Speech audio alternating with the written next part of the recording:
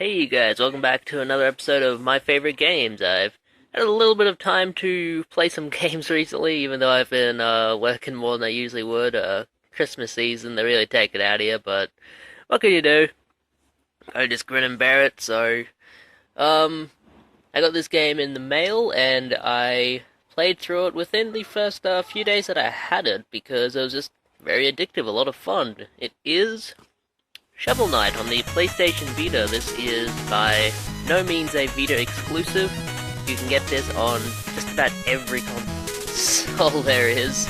Every modern console, you can get this on PS3, Xbox 360, Xbox One, PS4. You can get it on the Wii U and the 3DS. It's definitely a very popular game.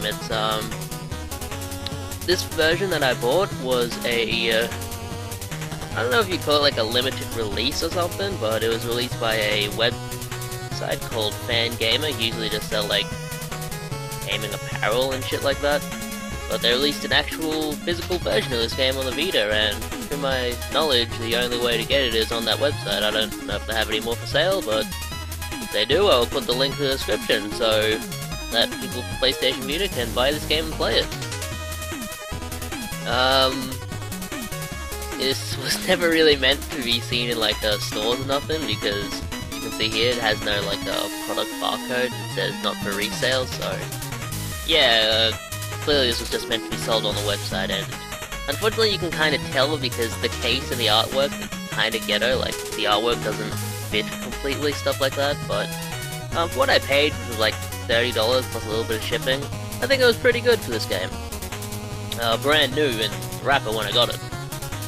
And just to talk about the artwork and stuff, there's the cartridge. It does come with a physical cartridge, which is really cool, and the reason why I wanted to get it. Originally wanted to get this on the Wii U, but I thought if I can get it on the Vita, I will. And this comes with a... hold on. A really nice full-color manual, which is, it's a lot like a retro game manual where it just explains like all the basics and stuff. It's really cool. I really dig this. You know, it kind of shows you gameplay and stuff. Introduces all of the characters and enemies. It's really cool, and it even has like a little secret tips thing on the back page and a notes page, which is really fun. Yeah, I love manuals, so. Unfortunately, you don't really get manuals these days, and it's cool to get one here, keeping the tradition alive. So, the story of this game is you play as this character here. Neighbors' kids are on holidays, they're very loud. You play as this character here, whose name is Shovel Knight, and he is a knight with a shovel. The start of the game sees this character, Shield Knight, get captured, and she gets turned into this character who is the Enchantress, I think her name is. And you have to go through all these levels fighting bad guys and stuff, and at the end of each level you fight like a boss, and you see all like the bosses and a few enemies here. Really cool, and the end bosses are all of these different kinds of knights, like it's a lot like Mega Man, where each knight will have its own weakness and stuff, and there's a very specific tactic to take out each knight. It's really good. And the levels leading up to them are all very varied. So like there'll be like a fire level, a water level, an ice level, an underground level, that kind of stuff. And it's one of those like retro-inspired games where this game is pretty new. I think it was released in like 2016 here, but that was the release date of this one. This game was released a couple of years ago, but it definitely has that retro feel to it. The gameplay is a lot like DuckTales on the NES, where you can bounce on your shovel. You know how in DuckTales, Scrooge bounces on his hand, well, Shovel Knight bounces on a shovel. And you also have just like a standard like attack, so yeah, it's pretty good. You get a lot of items in the game that help you out later, and in some levels you need a specific item to progress, and they don't make it super apparent of that, but it's pretty easy to figure out, so you know, it's not too difficult in kind of puzzle aspect there. And there are bonus levels where you need a specific item to traverse the level, and we'll say this as a negative. There are some items that you'll buy for an exorbitant amount from like a merchant in a town or something. Oh yeah, there are towns and merchants and stuff. There are a lot of characters you can talk to. There's like a character who makes you food and you can raise your max health. There's a character you can raise your max magic, and you use magic to use items and spells. And yeah, you'll get an item and there'll only be like one use for it in the entire game. There'll be like some random bonus stage, so yeah, that one's a little annoying, and most of the time I just stuck with one item, which is like the first item you get. It's like a fireball. It's like that's the best item. It shoots out a fireball in a straight path, and it can hit stuff at the opposite end of the level, so I use that for most enemies and most bosses, and I just maxed out my magic at like 100 and something and just plowed through it.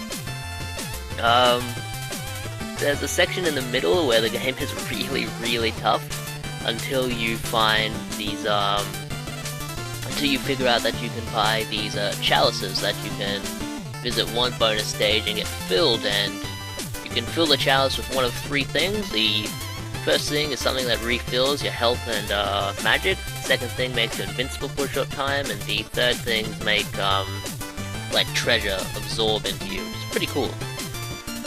I just always use the health and magic refill, and like they're really useful in boss segments, because like bosses at first are really hard until you figure out what you're doing.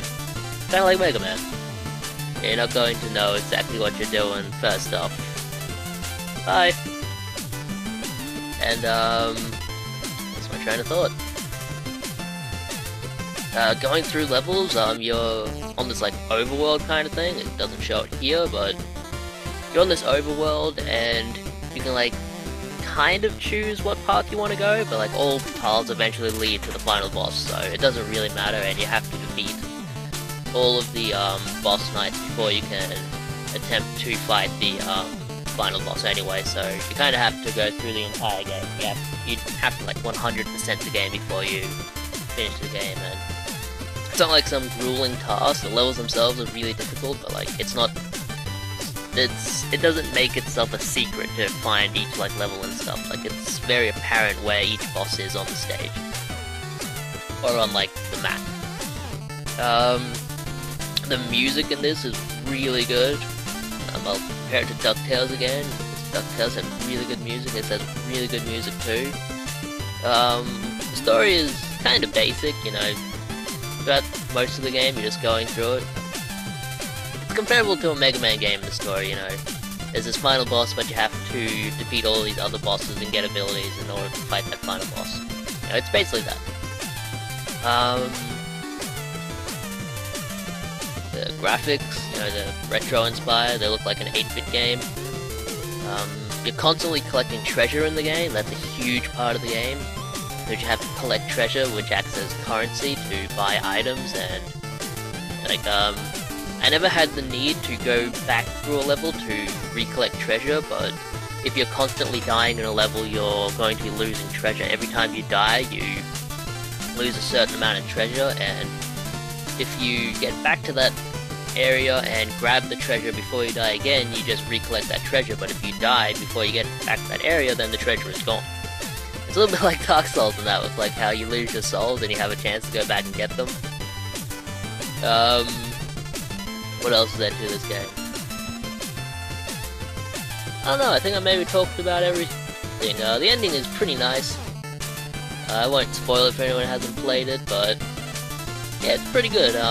Definitely give this game a recommendation. If you're into like your retro games and you're into like games for challenge, this one definitely had me raging a little bit. Like there were moments where I on a couple of levels I got really frustrated, and like I didn't throw my handheld or anything, but you do the thing where you're dying like, ugh, fuck this. You just like throw it like that and have it land. I've done that a couple of times playing this game, and there's a part in the middle where I was really hating it and contemplating giving up. I powered through and beat the game, and I think a lot of people are going to be like that. It's like it's going to test you, it's going to be really difficult, but then you're going to really have a sense of achievement when you get to like the end of the game and you beat it. So yeah, that's really the game. This is all I really had to talk about for it. The next game I'm going to do a video for in this series is going to be a real doozy. It's called Soma. It's like a sci-fi horror game where like you play as a robot who's been like brain scanned from a guy 100 years in the past, and like it explores the idea of what it is to be alive and shit like that. It's like Blade Runner but a horror game. It's really good, so I'm going to be doing a review and a discussion of that. But yeah, this is Shovel Knight. Hopefully you enjoyed this video, and if I've influenced anyone to buy this game, then my job is done. So yeah, this game gets a thumbs up, then this is one of my favorite games.